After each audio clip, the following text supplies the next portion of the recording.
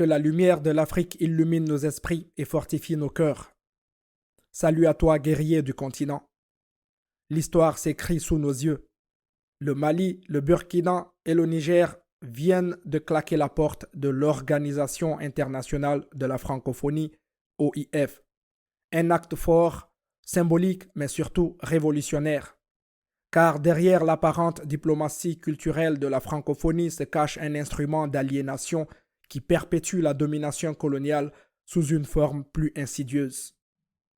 Comme le disait l'écrivain et militant panafricain Cheikh Anta Diop, une civilisation qui refuse de puiser dans ses racines est une civilisation moribonde. Au Mali, plus de 60 langues sont parlées, mais seul le français est utilisé dans l'administration, l'éducation et les médias. Cette marginalisation des langues locales entraîne une perte d'identité culturelle et une dépendance intellectuelle vis-à-vis de l'ancien colonisateur. Selon l'UNESCO, 90% des langues africaines sont menacées de disparition d'ici la fin du siècle, en grande partie à cause de la domination du français et de l'anglais. Pourquoi l'Afrique, berceau d'une diversité linguistique et culturelle inégalée, continuerait-elle à payer des millions pour appartenir à une organisation qui marginalise ses propres langues et valeurs? Le retrait de ces trois nations est une victoire contre le néocolonialisme déguisé. Pourquoi ces pays ont-ils choisi de tourner le dos à cette institution? Parce que l'OIF, sous son vernis de coopération linguistique, n'est en réalité qu'un instrument d'influence politique, économique et culturelle au service de la France. Ce retrait doit être vu comme le début d'une véritable révolution mentale pour les autres pays africains encore sous la tutelle néocoloniale. Car, en vérité, l'OIF n'a jamais été un outil d'émancipation, mais un moyen de perpétuer la soumission à l'ordre francophone imposé par Paris. Créé en 1970 sous le prétexte de promouvoir la langue française, l'OIF s'est progressivement transformé en un mécanisme d'ingérence et de domination culturelle. Derrière son discours sur le partage des valeurs francophones se cache une réalité bien plus sombre. Une exclusion des langues africaines dans les systèmes éducatifs, un endoctrinement linguistique imposé aux nouvelles générations, un financement scandaleux imposé aux pays membres, une ingérence politique déguisée en mission de coopération. L'un des crimes les plus précieux de la francophonie est l'éradication progressive des langues africaines. Dans de nombreux pays, l'accès à l'éducation est conditionné par la maîtrise du français, reléguant les langues locales au rang de dialectes sans importance. Lorsque vous voulez détruire un peuple, commencez par tuer sa langue, disait un écrivain kényan du nom de Thiongo. Au Mali, au Burkina et au Niger, la majorité de la population parle des langues comme le Bambara, le Peul, le Hausa ou le Moré. Pourtant, ces langues ne sont pas enseignées à l'école et ne sont pas valorisées dans l'administration et sont même perçues comme un handicap pour le système éducatif. L'exemple du Rwanda est frappant.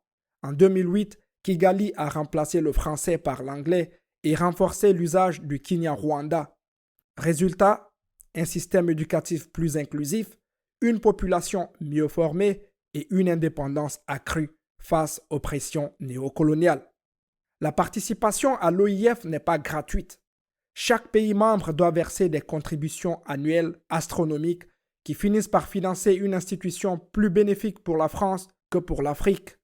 Par exemple, le Sénégal a payé plus de 3,6 milliards de francs CFA en 2018 pour son adhésion à l'OIF. Cette somme aurait pu être investie dans l'éducation, la santé ou l'innovation locale. La Côte d'Ivoire a déboursé des centaines de millions chaque année alors que ses écoles manquent de manuels scolaires. En 2021, le Niger, l'un des pays les plus appauvris par le système colonial et néocolonial, a versé plus de 500 000 € à l'OIF. Cette somme aurait pu financer la construction d'écoles ou de centres de santé, améliorant ainsi les conditions de vie des Nigérians. L'Afrique doit cesser de financer son propre asservissement. Pourquoi les pays en développement devraient-ils verser des milliards pour entretenir une institution qui ne leur apporte rien, au lieu d'investir cet argent dans des hôpitaux, des infrastructures ou des programmes de développement local? En quittant cette organisation, les millions dépensés dans l'OIF pourront être réaffectés à des projets de développement local comme l'agriculture, la santé et l'éducation. Réveillez-vous, refusez l'aliénation culturelle et linguistique, revendiquez votre héritage et travaillez à construire une Afrique fière de son identité. Je lance ici un appel aux dirigeants africains. Suivez l'exemple du Mali, du Niger et du Burkina Faso. Investissez dans vos langues, vos cultures et vos populations. Il est temps de rompre avec les chaînes du néocolonialisme et de construire un avenir où nos langues, nos cultures et nos valeurs seront au centre de notre développement. Loin d'être une simple institution culturelle, l'OIF intervient régulièrement dans les processus électoraux des pays africains, envoyant des missions d'observation pour garantir la transparence. Mais étrangement, cette surveillance ne sert qu'à légitimer des régimes favorables aux intérêts de Paris. Quand un dirigeant pro-français est élu dans un pays francophone, l'OIF applaudit la démocratie. Mais quand un leader africain prend des décisions souveraines qui dérangent la France, l'OIF dénonce des dérives autoritaires et menace d'exclusion. C'est ce qui s'est produit avec le Mali, le Burkina et le Niger. Ces trois pays ont décidé de s'affranchir de l'influence occidentale et immédiatement, ils ont été suspendus de l'OIF sous prétexte de violations démocratiques. L'un des plus grands dangers de l'OIF est son influence idéologique sur les élites africaines. L'organisation finance des programmes éducatifs, des formations et des bourses destinées aux étudiants africains, mais ces formations sont basées sur une pensée francophone qui formate l'élite africaine à penser et à agir selon les intérêts français. L'aliénation la plus subtile est celle qui fait aimer son propre oppresseur, disait Malcolm X. Combien d'intellectuels africains défendent encore la présence française simplement parce qu'ils ont été conditionnés dès leur plus jeune âge à voir la France comme un partenaire et non comme une puissance néocoloniale. Ces pays ont décidé de mettre fin à une forme de soumission mentale. En quittant la francophonie, ils envoient un message clair dont le contenu est le suivant. Nos langues valent autant que le français. Notre culture doit être préservée et promue. Nous n'avons plus besoin d'un intermédiaire culturel imposé par l'Occident. Le retrait de l'OIF signifie aussi des économies financières colossales. Ces fonds pourront enfin être réinvestis dans l'éducation, la santé et le développement économique. De plus, ces pays n'auront plus à subir l'influence politique de l'OIF de leurs affaires internes. Aucun peuple ne peut se développer sans retrouver sa souveraineté culturelle, disait Cheikh Anta Diop. Le Mali, le Niger et le Burkina tracent une voie que d'autres nations africaines doivent suivre. Si demain le Sénégal, la Côte d'Ivoire, le Gabon ou le Togo quittent à leur tour cette institution coloniale, ce sera la fin d'un outil de domination vieux de plusieurs siècles. Nous devons sensibiliser le reste de l'Afrique en partageant massivement les raisons de ce retrait pour que d'autres peuples ouvrent les yeux sur la supercherie de l'OIF. Nous devons revendiquer nos langues nationales en exigeant des gouvernements africains qu'ils valorisent nos propres langues et cultures au lieu d'imposer une langue étrangère comme seule référence. Nous devons soutenir les initiatives locales en encourageant la production littéraire, artistique et intellectuelle en langue africaine. L'Organisation internationale de la francophonie n'a jamais eu pour but de valoriser les cultures africaines. Depuis sa création en 1970, elle n'a servi qu'à maintenir l'influence française sur le continent. Souvent couverte de partage linguistique, elle impose la langue du colonisateur au détriment des langues africaines et prolonge ainsi une forme de servitude mentale et culturelle.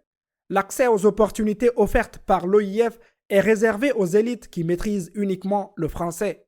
Les Africains qui parlent le Bambara, le Hausa, le Moré ou le Peul ne sont pas considérés comme faisant partie de cette francophonie, alors que leurs pays respectifs continuent de payer des milliards pour cette institution. Quelle hypocrisie! Plus de 2000 langues africaines sont parlées sur le continent. Pourtant, dans les écoles, dans l'administration et même dans la vie publique, le français est présenté comme le seul vecteur de réussite. Et le résultat, c'est quoi? Les langues africaines reculent chaque année, les générations nouvelles grandissent sans réelle connexion à leur propre culture, la transmission des savoirs traditionnels devient de plus en plus difficile. Le Mali, le Burkina et le Niger ont donc tout à gagner en réhabilitant leur langue nationale. La francophonie ne favorise pas la promotion des arts et des traditions africaines. Dans ces grandes conférences, ce sont des écrivains et artistes francophones qui sont mis en avant, laissant dans l'ombre ceux qui s'expriment dans leur langue maternelle. Où sont les grands poètes peuls, les griots mandingues, les philosophes songhai dans l'espace francophone? Ils sont où? Ils sont effacés au profit d'une culture homogénéisée qui ne sert que les intérêts de la France. Ces trois pays donnent un signal fort. L'Afrique n'a pas besoin d'une tutelle linguistique étrangère pour se développer. Ce retrait ouvre une nouvelle ère basée sur la valorisation des langues nationales, la souveraineté culturelle et politique, l'indépendance économique face aux institutions néocoloniales. Thomas Sankara disait « L'esclave qui n'est pas capable d'assumer sa révolte ne mérite pas que l'on s'apitoie sur son sort. » Le Mali, le Burkina Faso et le Niger ont choisi de ne plus être des esclaves. L'Afrique entière devrait suivre cet exemple. L'heure est venue pour tous les autres pays africains d'interroger leur appartenance à l'OIF et à d'autres institutions néocoloniales. Sommes-nous prêts à nous libérer véritablement ou allons-nous continuer à payer pour être dominés? L'histoire nous regarde. C'est à nous de choisir. Rejoignez la révolution intellectuelle. Ce retrait n'est pas la fin d'un combat, mais le début d'une libération totale du joug francophone. Encore une fois, l'histoire nous regarde. Allons-nous continuer à payer pour être dominés ou allons-nous enfin écrire notre propre destin? Partagez cet article et réveillez les consciences. Que la paix et le salut soient sur vous.